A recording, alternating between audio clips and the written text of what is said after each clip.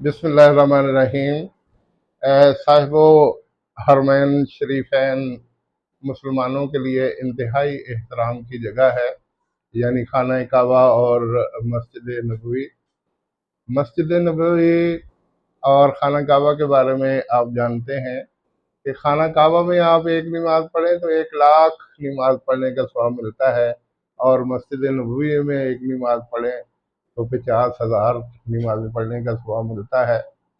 जब लोग हाजी हज करने के लिए जाते हैं तो 8 दिन वो मस्जिद नबवी में नमाजें पढ़ते हैं, और जब उम्रा के लिए जाते हैं उस वक्त भी वहाँ नमाजें पढ़ते हैं।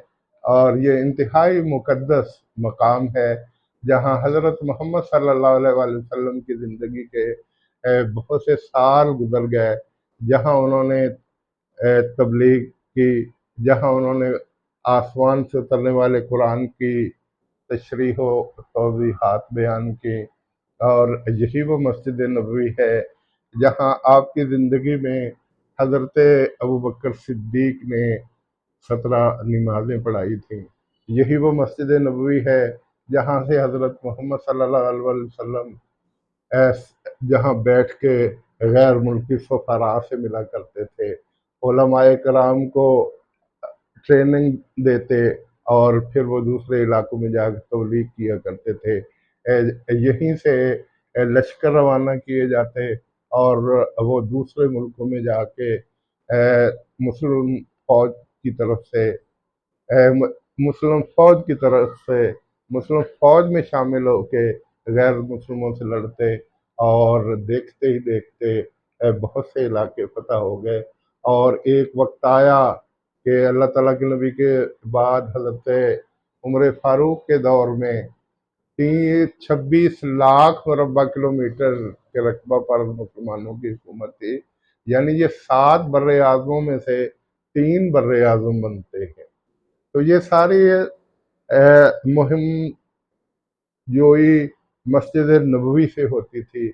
यहाँ ट्रेनिंग भी होती थी, यहाँ तालीम भी दी जाती थी, यहाँ तबलीग भी होती थी, और जहाँ बाकी काम भी होते थे। तो इस लिहाज से मस्जिद नबवी मुसलमानों के लिए इंतहाई मुक़द्दस जगह है। ये कल भी मुक़द्दस थी और आज भी मुक़द्दस है। कहते हैं कि हज़रत उमर फारूक एक दिन दोपहर के वक्त मस्जिद नबवी में आए, तो कुछ लोग जो शायद दूसरे इलाकों से आए थे, वो नमाज दोहर के बाद बैठे ऊंची ऊंची दुनियावी बातों में खोए हुए थे। तो वो आके सख्त नाराज हुए कि क्या आपको अंदाज़ा नहीं है कि ये मस्जिद नबवी है, ये मुक़द्दस जगह है जहाँ हज़रत मोहम्मद सल्लल्लाहु अलैहि वसल्लम पर वही नाज़िल होती रही, जहाँ वो उस वही के ज़रिए नाज़िल होने वाली आयात की तशरीह व तौज़ीह करते रहे। मेरा बस चले तो मैं आपको जान से मार दूँ। लेकिन इस ख़्याल से मुझे तरस आ रहा है कि हज़रत मोहम्मद सल्लल्लाहु अलैहि वसल्लम ने कहा था कि हौसले से काम लिया जाए। ये वो मस्जिद नबवी है जहाँ एक दिन हज़रत अली शादी के बाद यहाँ किसी वजह से हज़रत फ़ातिमा से नाराज़ हो गए, और इशा से ज़रा पहले नमाज इशा पढ़ने के थोड़ी देर बाद मस्जिद में आके लेट गए। हाँ, हजूर सल्लल्लाहु अलैहि वसल्लम का एक तरीक़ाकार था कि वो जब भी मस्जिद नबवी से नमाज इशा के बाद घर के लिए निकलते तो करीब ही हज़रत फ़ातिमा का घर था, तो वो उनके घर ज़रूर जाया करते। घर गए, पूछा कि अली कहाँ है, पूछा कि अब्बा जी वो तो नाराज़ हो गए। तो हज़रत मोहम्मद सल्लल्लाहु अलैहि वसल्लम ने कहा कि नहीं, खामदों को नाराज़ नहीं किया करते। मैं जाता हूँ, वो मस्जिद नबवी में होंगे। वो गए तो वो लेटे हुए थे, गर्मी थी, कमीज उतार के लेटे हुए थे, जिस्म पर मिट्टी थी, तो थपकी दे के उठाया, अबू तुराब यानी मिट्टी के बाप, उठो। हज़रत अली उठ बैठे। उन्होंने कहा कि मर्द बड़ा दिल करके रखते हैं, कोई बात नहीं, आइए मेरे साथ घर जाके दोनों को समझाया और सुलह करवा दी। तो ये मस्जिद नबवी जिसके लिए हजूर सल्लल्लाहु अलैहि वसल्लम ने साल हा साल तक वहाँ रह के दर्स व तदरीस दिया, जहाँ बैठ के उन्होंने दीन की तबलीग की, जहाँ बैठ के उन्होंने ज़माने की ऊंच नीच समझाई, उनके उठ जाने के बाद आज तक उसके तकद्दस का हमेशा ख्याल किया गया। लेकिन कुछ अरसा पहले भी यहाँ एक वाकया हुआ। पाकिस्तान से कुछ वज़रा वहाँ गए तो कोई दूसरी पार्टी के लोगों ने, जब वो मस्जिद नबवी के अंदर थे तो वहाँ नाराबाजी की गई, और यहाँ तक कि वहाँ अंदर सेन में दाखिल होके हुल्लड़बाजी की गई, जिसकी पूरी दुनिया में शदीद मजम्मत की गई। और आज फिर एक सऊदी वजीर ने ये जुर्रत की है कि पूरे अपना लाओ लश्कर समेत गाड़ियों का फुल प्रोटोकॉल उनके साथ था, और वो मस्जिद नबवी के बाहर जाके रुका, और वहाँ बड़ी बात है उन्होंने नवाफिल पढ़े होंगे, बड़ी बात है उन्होंने नमाज पढ़ी होगी।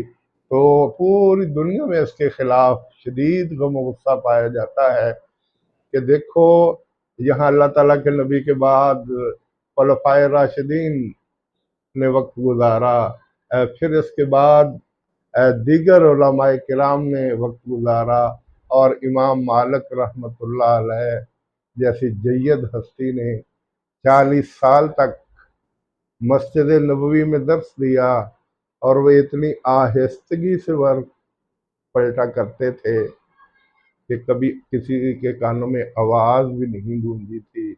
इसलिए कि ये तकद्दस की जगह है, ये मुकद्दस जगह है। इसको ख्याल करते हुए वो इतने एहतियात से काम लेते थे।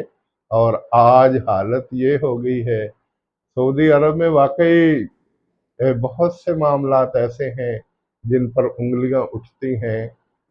शाह सलमान और उनके बेटे के बारे में बहुत सी दास्तानें मशहूर हैं, और सुनने में तो ये भी आया है कि वो जद्दा के करीब एक जदीद शहर आबाद करना चाहते हैं, जहाँ नाइट क्लब भी होंगे, जहाँ जदीद तरीन तमाम सहूलियात ऐसी होंगी जो यूरोप में पाई जाती हैं। और उनका कहना ये है कि हम लोगों की तवज्जो हासिल करने के लिए ये तमाम काम करेंगे। उन बेवकूफ़ों को कौन समझाया कि ये वो धरती है जिसको अल्लाह ने पसंद कर लिया।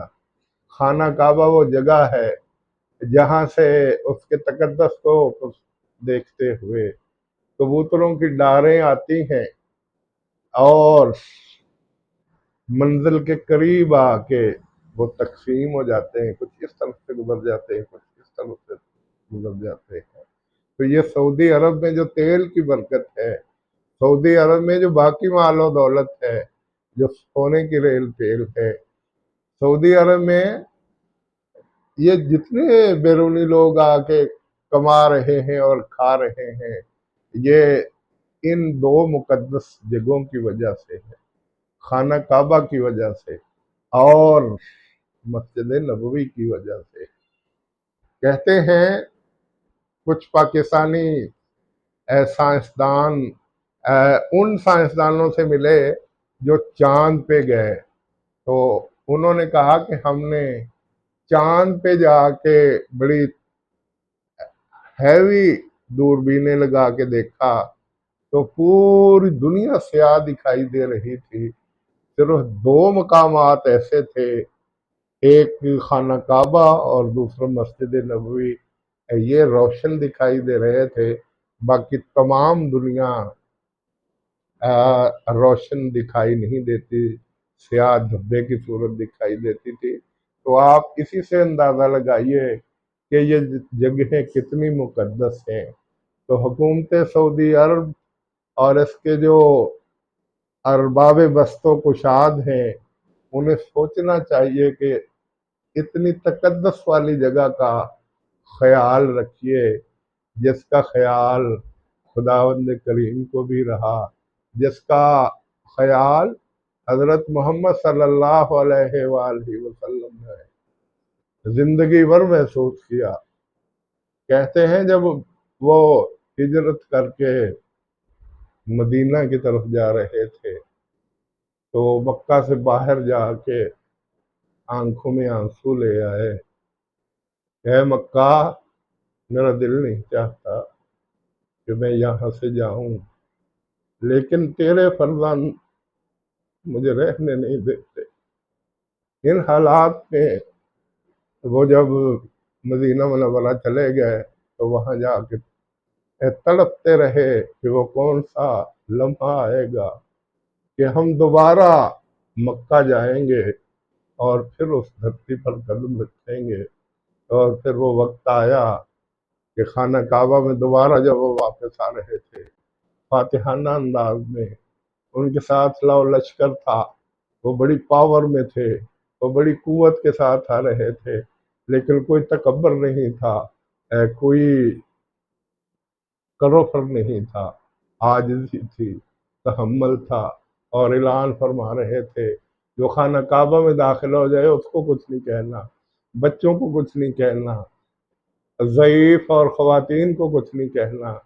جو ابو سفیان کے گھر چلا جائے، ابو سفیان اپنے آپ کو مکہ کہا کرتا تھا کہ مکہ میں ہوں، اور وہ حضرت محمد صلی اللہ علیہ وسلم کی بیگم ام حبیبہ کا بھائی تھا. وہ ابو اپنا یزید کا وہ دادا تھا، اور بہت بڑا چودھری تھا. ابھی مسلمان نہیں ہوا تھا، لیکن اس کو یہ شرف بخشا کہ جو اس کے گھر میں چلا جائے اس کو بھی ہم معاف کر دیتے ہیں، ان کو بھی کچھ نہیں کہیں گے. تو پھر وہ شرمندہ ہو کے وہ بھی مسلمان ہو گیا، اور اس کی آنے والی جو اولادیں ہیں وہ اسلام کے لیے کام کرتی رہیں. تو میں پھر مدینہ کی طرف آتا ہوں کہ مدینہ میں جو یہ واقعہ ہوا، ہم شرح صدر کے ساتھ اس کی مذمت کرتے ہیں کہ ایسا نہیں ہونا چاہیے. وہ انتہائی مقدس جگہ ہے، اس کا احترام ہر دل میں ہونا چاہیے. اگر احترام میں وہ ایک شعر ہے، نہ جب تک کٹ مروں میں خواجہ یثرب کی بستی پر، نہ جب تک کٹ مروں میں خواجہ یثرب کی بستی پر، خدا شاہد ہے کامل میرا ایماں ہو نہیں سکتا. اور صاحبوں میں اسی کے ساتھ اپنی گفتگو کو سمیٹ رہا ہوں. والسلام.